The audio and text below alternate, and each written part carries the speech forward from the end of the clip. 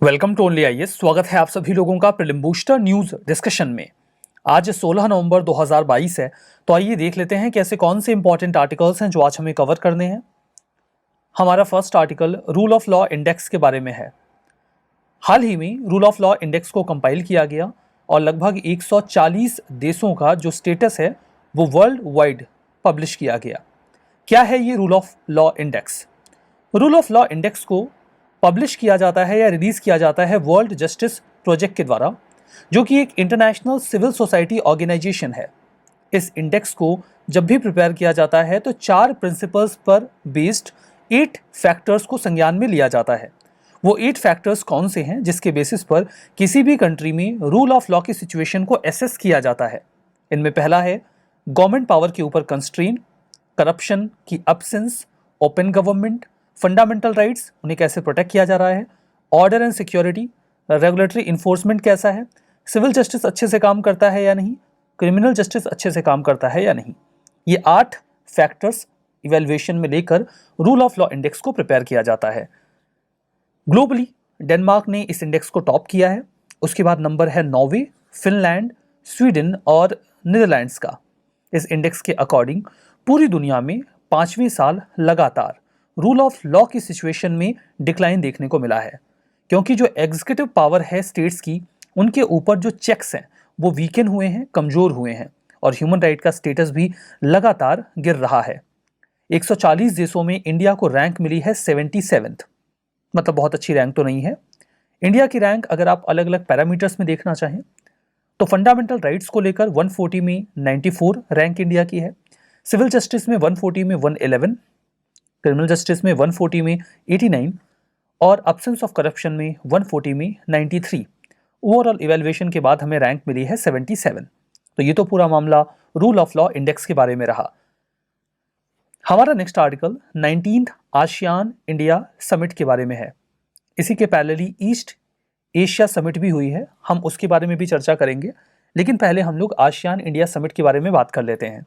Vice president के द्वारा lead किया जाने वाला एक delegation 19th ASEAN India summit का हिस्सा बना कंबोडिया के फोम पेन में। ये हैं हमारे वाइस प्रेसिडेंट। मैं जानना चाहूँगा कि इनका नाम क्या है। आप मुझे इनका नाम कमेंट बॉक्स में बताइए। ये जनरल अवेयरनेस का क्वेश्चन है। ऐसा नहीं है कि यूपीएससी आपको वाइस प्रेसिडेंट का नाम बताने को कहेगी या उनका नाम आपसे क्वेश्चंस में पूछा जाएगा। ऐसा नहीं होने वाला है। ना तो प्रीलिम्स में और ना ही मेंस में आपको इनका नाम लिखने की ज़रूरत पड़ेगी। हाँ, जनरल अंडरस्टैंडिंग के लिए, जनरल अवेयरनेस के लिए, क्या आप अपने वाइस प्रेसिडेंट का नाम जानते हैं? अगर जानते हैं तो कमेंट बॉक्स में बताइए। ये 30th एनिवर्सरी है इंडिया आसियान रिलेशंस की। इस लिहाज से हम आसियान इंडिया फ्रेंडशिप ईयर भी ऑब्जर्व कर रहे हैं। आसियान इंडिया ने ज्वाइंट स्टेटमेंट को अडॉप्ट किया, जहां पर हमने ये अनाउंस किया कि जो स्ट्रेटजिक पार्टनरशिप अभी एग्जिस्ट करती है, हम उसे और एलिवेट करेंगे, उसे और बढ़ाएंगे और इसे लेकर जाएंगे कॉम्प्रिहेंसिव स्ट्रेटजिक पार्टनरशिप के लेवल पे। दोनों ही स्तर पर यह रीएफर्म किया गया कि हम पीस, स्टेबिलिटी, मैरीटाइम सेफ्टी और security, freedom of navigation, overflight Indo Pacific region में इन सभी को और ज़्यादा मेंटेन करेंगे और प्रोटेक्ट करेंगे। इस बात पर भी सहमति जताई गई कि स्पेस सेक्टर में भी इंडिया और आसियान आपस में मिलकर कोऑपरेट करेंगे। हम tracking, data reception, processing stations Vietnam और इंडोनेशिया में स्टैब्लिश करेंगे। आसियान की बात करते हैं। इसे अगस्त 8, 1967 में थाईलैंड में स्टैब्लिश किया गया एक इंटरनेशनल ऑर्गेनाइजेशन के तौर पर। आसियान का हेडक्वार्टर इंडोनेशिया के जकार्ता में है। इसका बेसिक एम ये है कि पूरे रीजन में इकोनॉमिक ग्रोथ को एक्सेलरेट करें, सोशल प्रोग्रेस और कल्चरल डेवलपमेंट को भी रीजन में बढ़ावा दिया जाए। 10 मेंबर्स हैं आसियान में। शुरू में इसके 5 फाउंडिंग कंट्रीज हुआ करती थी। Those were Indonesia, Malaysia, Philippines, Singapore और थाईलैंड। बाद में 5 देशों ने इसे ज्वाइन किया, 2000 ब्रुनेई, वियतनाम, लाओस, म्यांमार और कंबोडिया। तो टोटल 10 देश हैं जो इस समय आसियान का हिस्सा हैं। प्रश्न आया है 2016 के प्रीलिम्स में, ये term regional comprehensive economic partnership अक्सर न्यूज़ में देखा जाता है। ये किस ग्रुप ऑफ कंट्री के कॉन्टेक्स्ट में न्यूज़ में आता है? और सही जवाब बी था, यानी कि आसियान। हमारा next article 17th east Asia summit के बारे में है। अभी हम इसी पे चर्चा कर रहे थे कि जो वाइस प्रेसिडेंट के द्वारा लीड किया गया डेलीगेशन है वो 17th ईस्ट एशिया समिट का भी पार्ट रहा, कंबोडिया में ही, फोम पेन में ही। तो जो ईस्ट एशिया समिट है ये एक्चुअली में 40th और 41st आसियान समिट का हिस्सा है जो फोम पेन में चल रहा है। यहाँ पर फोकस क्या रहा? फोकस रहा कि हम विमेन का इकोनॉमिक एम्पावरमेंट करेंगे, एनर्जी कोऑपरेशन को बढ़ावा देंगे जो कि काफ़ी वीकेन हुआ कोविड-19 के बाद, और सस्टेनेबल डेवलपमेंट को और स्ट्रेंथन किया जाएगा वॉलंटरिज्म के माध्यम से, यानी कि कंट्रीज खुद से ही इसके लिए काम करेंगे। ईस्ट एशिया समिट की बात करते हैं। ये इंडो पैसिफिक रीजन में एक बहुत ही प्रीमियर फोरम है जो स्ट्रेटेजिक डायलॉग को बढ़ावा देता है। ये एकमात्र लीडर लेड फोरम है जहां पर मोर एंड लेस सभी जो की प्लेयर्स हैं इंडो पैसिफिक रीजन के वो एक साथ मिलते हैं। पॉलिटिकल, सिक्योरिटी और इकोनॉमिक चैलेंजेस के ऊपर बातचीत की जाती है। जो 10 आसियान के देश हैं वो तो इसमें रहेंगे, जिनका नाम मैंने आपको पहले भी बता दिया। इसके अलावा 8 देश इसमें आप और जोड़ लीजिए। जब 8 इसमें डायलॉग पार्टनर्स जुड़ते हैं आसियान के साथ, तब ये बनता है ईस्ट एशिया समिट। इसमें India, China, Japan, Republic of Korea, Australia, New Zealand, United states और रशिया ये शामिल हैं। जो चेयर है ईएस की वो रोटेट करती रहती है आसियान मेंबर स्टेट्स में हर साल, और जो एनुअल लीडर्स की समिट होती है वो आसियान लीडर्स की जो मीटिंग होती है उसके पैरेलल ही होती है। जो लीडर्स की समिट होती है वो उसके साथ ही साथ जो ईस्ट एशिया समिट के फॉरेन मिनिस्टर्स हैं और इकोनॉमिक मिनिस्टर्स हैं उनकी भी मीटिंग्स होती हैं। जो 16th ईएस था उसे ब्रुनेई के द्वारा चेयर किया गया था जेरूसलम में वर्चुअली, क्योंकि उस समय कोविड-19 पैंडेमिक चल रहा था। हमारा नेक्स्ट आर्टिकल आचार्य कृपलानी जी के बारे में है, जिनका जन्म 1888 में हैदराबाद में हुआ था। ये इंडिपेंडेंट एक्टिविस्ट थे और इंडियन पॉलिटिशियन और एजुकेशनिस्ट थे। हाल फिलहाल में न्यूज़ में रहे। इनका इंडिपेंडेंस मूवमेंट में बहुत ही की रोल रहा। इन्होंने non cooperation movement, quit India movement और साल्ट सत्याग्रह में बहुत ही एक्टिवली पार्टिसिपेट किया। जो इंटरिम गवर्नमेंट बनाई गई, अंग्रेजों से आज़ादी मिलने के पहले ही एक इंटरिम गवर्नमेंट बना दी गई थी 1946 से 47 के बीच में, और जो कॉन्स्टिट्यूएंट असेंबली बनाई गई थी उन दोनों को ही सर्व किया गया आचार्य कृपलानी जी के द्वारा। ये बहुत ही प्रोमिनेंट एजुकेशनिस्ट थे। इन्हें इनके वर्क के लिए जाना जाता है in the field of education, environment और बाकी सोशल मूवमेंट में भी। इन्हें जो नाम है, मॉनिकर का मतलब होता है एक नेम या टाइटल, वो आचार्य, ये टाइटल उन्हें 1922 में दिया गया जब वो गुजरात विद्यापीठ में पढ़ा रहे थे। महात्मा गांधी जी ने उसे कुछ समय पहले ही स्टैब्लिश किया था। अगर हम आचार्य कृपलानी जी के पॉलिटिकल करियर की बात करें तो इन्होंने किसान मजदूर प्रजा पार्टी को फाउंड किया, और जब ये कांग्रेस छोड़ देते हैं तो उसके बाद ये लोकसभा के मेंबर भी इलेक्ट किए गए 1952 में, 57 में, 63 में और 67 में। इन्हें मेंबरशिप मिली प्रजा सोशलिस्ट पार्टी की ओर से। लोकसभा में 1963 में पहली बार एक नो कॉन्फिडेंस मोशन लाया गया था इंडिया चाइना वॉर के बाद, और ये नो कॉन्फिडेंस मोशन गवर्नमेंट के अगेंस्ट में आचार्य कृपलानी जी ही लेकर आए थे। इन्हें इमरजेंसी के दौरान अरेस्ट कर लिया गया था, और इन्होंने जो अपनी ऑटोबायोग्राफी लिखी माई टाइम्स, उसे उनके मरणोपरांत 2004 में पब्लिश किया गया। हमारा नेक्स्ट आर्टिकल पीएचडी अवार्ड करने से रिलेटेड कुछ नए रेगुलेशंस के बारे में है। यूजीसी ने कुछ नए रेगुलेशंस को नोटिफाई किया है। Minimum standards and procedures for award of PhD degree regulation 2022 के एम्बिट में। यहाँ पर देखिए एमफिल्स को अबॉलिश कर दिया गया है। पहले अगर कोई व्यक्ति पीएचडी करने जाना चाहता है तो वो 2 साल का एक एमफिल का कोर्स कर सकता था। इन जनरल पीएचडी प्रोग्राम्स के लिए गेटवे की तरह ट्रीट किया जाता था एमफिल को। जो एमफिल के स्टूडेंट्स होते थे उन्हें आसानी से पीएचडी प्रोग्राम्स में एडमिशन्स मिल जाते थे। लेकिन न्यू एजुकेशन पॉलिसी में, जिसे आप न्यू बोल देते हैं, एक्चुअली में ये नेशनल एजुकेशन पॉलिसी 2020 है, उसमें कहा गया कि एमफिल की आवश्यकता नहीं है, स्टूडेंट सीधे पीएचडी कर सकते हैं, तो उन्हें ऐसे किसी गेटवे की जरूरत नहीं है, तो इसे अबॉलिश कर दिया जाए। तो एमफिल्स की अब जरूरत नहीं पड़ेगी, इसे अबॉलिश कर दिया गया है। वैसे इसके बिना भी एडमिशन्स पहले भी हो ही जाते थे। इवैल्यूएशन और असेसमेंट क्राइटेरिया जो डिग्री को अवार्ड करने का है वो भी बदल दिया गया है। यहाँ पर जो मैंडेटरली रिसर्च पेपर्स के पब्लिश करने का प्रावधान था पीयर रिव्यूड जर्नल में, उसे भी खत्म कर दिया गया है। एक्चुअली में जो कोई भी अपनी पीएचडी या थीसिस सबमिट करना चाहता है, उसके पहले प्रावधान ये था कि आपके कम से कम 2 पेपर्स पब्लिश होने चाहिए। वो या तो जो यूजीसी केयर लिस्टेड जर्नल्स होते हैं उसमें पब्लिश्ड हों, या फिर पीयर रिव्यूड जर्नल में पब्लिश्ड हों। मतलब आपके 2 पेपर्स पब्लिश्ड होने चाहिए, और तभी आप अपनी पीएचडी थीसिस सबमिट कर सकते थे। लेकिन अब ऐसा कोई प्रावधान नहीं रहेगा। इसके पीछे कारण ये है बिकॉज उसके बाद एक जर्नल्स में आर्टिकल्स को पब्लिश करने का मार्केट इकोसिस्टम डेवलप हो गया था। सही तरीका तो ये होता है कि आप अच्छी क्वालिटी के आर्टिकल्स लिखिए और उसे जाकर किसी जर्नल में दीजिए, वो इवैल्यूएट करते हैं कि आपका आर्टिकल अच्छा है या नहीं है, और उसके बेसिस पर वो उसको पब्लिश करते हैं। लेकिन ये वाला सिस्टम एक्चुअली में ख़त्म हो गया था, और ये एक मार्केट की तरह रन कर रहा था। यानी कि आप एक आर्टिकल लिखिए, वो अच्छा है खराब है उससे फ़र्क नहीं पड़ता, आप 1500 रुपये, 2000 रुपये या फिर 2500 रुपये दे दीजिए और वो आपका आर्टिकल एकदम स्मूथली पब्लिश कर देंगे। तो इस मार्केट को ख़त्म करने के उद्देश्य से ये जो पूरा क्राइटेरिया था पेपर्स पब्लिश करने का, उसको हटा दिया गया है। हालांकि आपको पता होना चाहिए कि एक अगर आपका आर्टिकल किसी जर्नल में पब्लिश्ड है तो उस पर आपको 2 नंबर मिलते हैं। जहां पर अगर आप जो यूनिवर्सिटी के कॉलेजेस होते हैं उनमें अगर आप अप्लाई कर रहे हैं तो आप मैक्सिमम 5 आर्टिकल्स के ऊपर इंटू 2 करके 10 नंबर ले सकते हो, जो आपका एपीआई स्कोर बेहतर कर देते हैं। और सेंट्रल यूनिवर्सिटी में 3 आर्टिकल्स के इंटू 2 करके 6 नंबर आप ले सकते हो। तो आर्टिकल्स के ऊपर ये जो कॉलेजेस में 10 नंबर और यूनिवर्सिटीज़ में, सेंट्रल यूनिवर्सिटीज़ में 6 नंबर मिलते हैं, वो अभी भी मिलेंगे। यानी कि ऐसा नहीं है कि आर्टिकल्स इरेलेवेंट हो गए हैं। आर्टिकल्स की ज़रूरत तो आपको अभी भी पड़ेगी।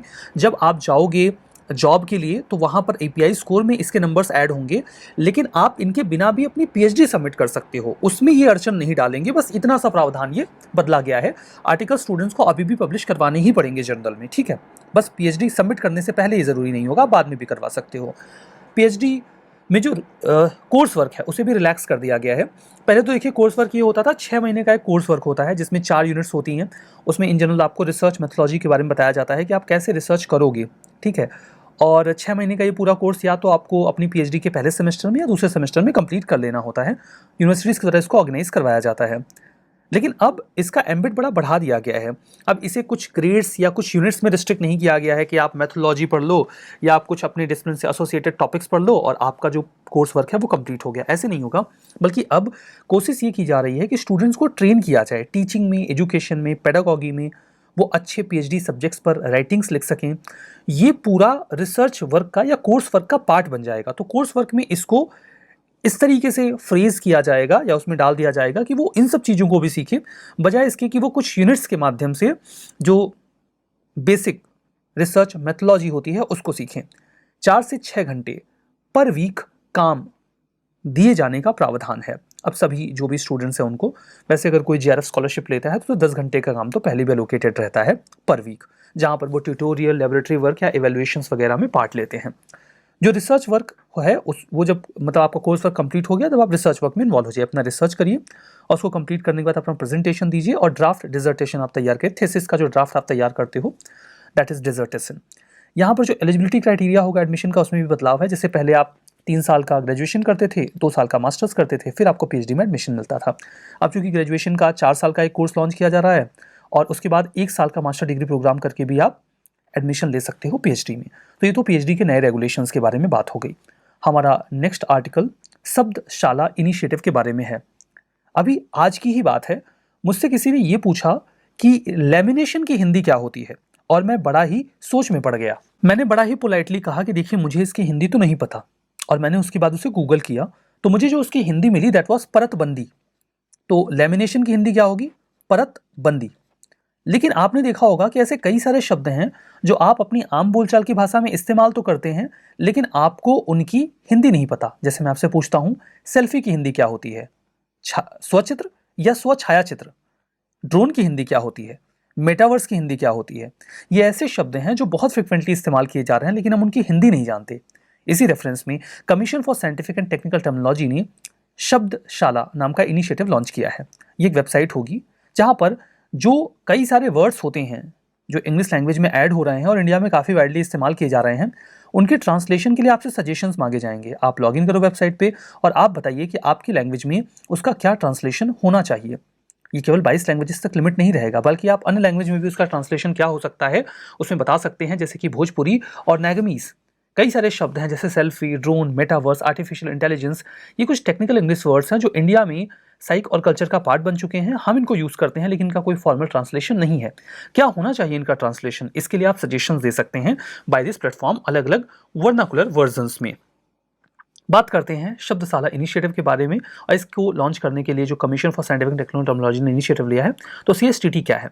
सीएसटीटी को 1961 में गवर्नमेंट ऑफ इंडिया ने आर्टिकल 344 क्लॉज 4 के तहत बनाया था, जहां पर जो टेक्निकल टर्मिनोलॉजीज इवॉल्व हो रही हैं इंडियन लैंग्वेज में उन्हें किस तरीके से प्रोपिगेट किया जाए और डिस्ट्रीब्यूट किया जाए। Nodal minister department of higher education, minister of education, headquartered है न्यू दिल्ली में, ठीक है। तो शब्दशाला इनिशिएटिव की बात हो गई। हमारा नेक्स्ट आर्टिकल IUU फिशिंग के बारे में है। इंडियन नेवी के according illegal, unreported and unregulated जो फिशिंग है इसे शॉर्ट में IUU फिशिंग कहा जाता है। ये इंडिया के एक्सक्लूसिव इकोनॉमिक जोन के एरिया में बहुत ही फ्रिक्वेंटली अभी भी चल रहा है। ये एक ब्रॉड टर्म है जिसमें वैरायटी ऑफ फिशिंग्स आ जाती हैं। एक एक टर्म को समझते हैं। पहले इलीगल फिशिंग क्या होती है? जब कोई फॉरेन वेसल इंडियन वाटर में घुस आए और बिना स्टेट की परमिशन के यहाँ पर फिशिंग करे और यहाँ के लॉज एंड रेगुलेशंस के विपरीत ये काम हो रहा हो तो उसे इलीगल फिशिंग कहा जाएगा। अनरिपोर्टेड फिशिंग का क्या मतलब है कि फिशिंग हो रही है लेकिन उसकी रिपोर्ट नहीं है कि कौन फिशिंग कर रहा है, कहाँ कर रहा है, या मिस रिपोर्टेड है। ऐसा लग रहा है कि जो इंडियन फिशरमैन है वो फिशिंग कर रहे हैं लेकिन कर कोई और रहा है।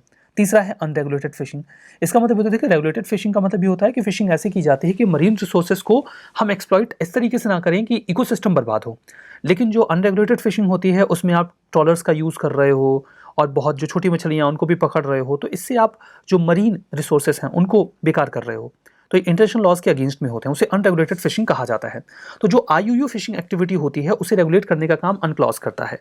United Nations Convention on law of the sea, कुछ कोस्टल रीजन्स जो भी होते हैं कंट्रीज वो इसके लिए रिस्पॉन्सिबल होते हैं कि वो देखें कि इस प्रकार की फिशिंग ना हो। कुछ रीजनल फिशरीज मैनेजमेंट ऑर्गेनाइजेशंस भी हैं जैसे कि Indian ocean tuna commission, southern Indian ocean fisheries agreement, जो अनक्लॉज के मैंडेट के भीतर इस प्रकार की फिशिंग को रोकते हैं।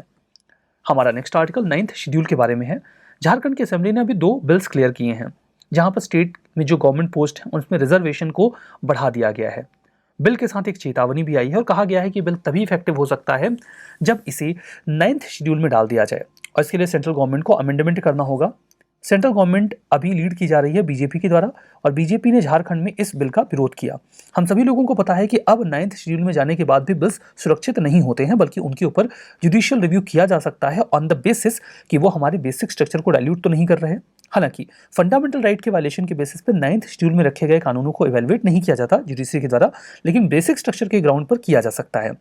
तो कुल मिला के जब ये पता है कि 9th शेड्यूल में जाने के बाद भी जुडिशियल रिव्यू से वो कानून बच नहीं पाएगा, बल्कि बेसिक स्ट्रक्चर के डॉक्ट्रिन के बेसिस पे उसका एवेल्यूएशन हो ही सकता है, फिर भी इस बात पर जोर देना कि 9th शेड्यूल में इसको रखा जाए, क्योंकि 9th शेड्यूल में रखने का जो काम है वो तो केंद्र सरकार करेगी और केंद्र में जो गवर्नमेंट है that is being led by BJP और वो झारखंड में भी इस बिल का विरोध कर रहे हैं। तो कुल मिला के जो मामला है ये लीगल या कॉन्स्टिट्यूशनल से ज़्यादा पॉलिटिकल है। फिर भी न्यूज़ में है तो हम 9th शेड्यूल के बारे में जान लेते हैं। 9th शेड्यूल एक ऐसा शेड्यूल है जहां पर अगर कोई कानून डाल दिया जाता था तो उसे कोर्ट में चैलेंज नहीं किया जा सकता था।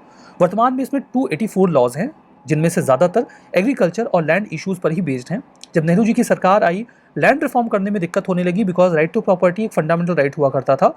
तो लैंड रिफॉर्म के कानूनों को बचाने के लिए नेहरू जी ने फर्स्ट अमेंडमेंट एक्ट के माध्यम से 9th शेड्यूल को ऐड किया और ये कहा गया कि इसमें जो कानून चला जाएगा उस पर जुडिशियल रिव्यू नहीं होगा, और उसी के आधार पर नेहरू जी ने अपने प्रयासों से जो लैंड रिफॉर्म का कानून था उसको इंप्लीमेंट करवाया। शेड्यूल कॉन्स्टिट्यूशन में 1951 में आया। आर्टिकल 31B के तहत इसे ऐड किया गया, जब 31A भी ऐड किया गया था ताकि हम एग्रेरियन रिफॉर्म और जमींदारी सिस्टम को अबॉलिश करने के लिए कानून बना सकें। एक बहुत ही नोबल कॉज के साथ ये 9th शेड्यूल आया था, लेकिन बाद में इसका मिसयूज शुरू हो गया। बहुत सारे कानून बनाकर इसमें डाल दिए गए उनको बचाने के लिए, और ये सेफ हार्बर बन गया जुडिशियल रिव्यू से कानूनों के लिए। हालांकि ये सेफ हार्बर ब्लैंकेट नहीं है, क्योंकि IR Coelho versus state of Tamil Nadu case supreme court में आया था। कोयलो केस के ऊपर यूपीएससी ने क्वेश्चन भी पूछा हुआ है मेंस में, जहां पर उन्होंने ये कह दिया कि 9th शेड्यूल में जो कानून रखे गए हैं उन्हें फंडामेंटल राइट के वायलेशन के बेसिस पर तो कोर्ट नहीं इवेलुएट करेगा, लेकिन बेसिक स्ट्रक्चर का अगर वायलेशन होता है तो उन्हें इवेलुएट किया जाएगा। और हो सकता है कि फंडामेंटल राइट के भीतर की किसी बात को वो बेसिक स्ट्रक्चर बता के इवेलुएशन कर लें, तो बेसिक स्ट्रक्चर टेस्ट वो पास नहीं कर सकते। और 1973 में जब केशवन भारती केस आया उसके बाद जो भी कानून इसमें ऐड किए गए हैं वो बेसिक स्ट्रक्चर के डॉक्ट्रिन के बेसिस पर इवेलुएट किए जा सकते हैं। तो ये तो 9th शेड्यूल की बात हो गई। रिविजन कर लेते हैं। रूल ऑफ लॉ इंडेक्स, इसे कोर्ट ऑफ जस्टिस रिलीज करता है, बिल्कुल गलत है ये। इस पर हमने पहला ही आर्टिकल डिस्कस किया था और देखा था कि इसे वर्ल्ड जस्टिस रिपोर्ट के प्रोजेक्ट के द्वारा पब्लिश किया जाता है। आसियान हेडक्वार्टर्ड है इंडोनेशिया जकार्ता में, सही है। 9th शेड्यूल, इसमें ऐसे लॉज रखे जाते हैं जिनको कोर्ट में चैलेंज नहीं किया जा सकता, सही है। CSTT ministry of science and tech के तहत काम करता है, गलत है। जो CSTT है जो बेसिकली नए टर्म्स को ऐड करने के ऊपर जोर देता है, ये काम करता है मिनिस्ट्री ऑफ एजुकेशन के एम्बिट में, तो ये भी गलत हो गया। तो हमारा आज का ये सेशन यहाँ पे समाप्त होता है। बहुत बहुत धन्यवाद।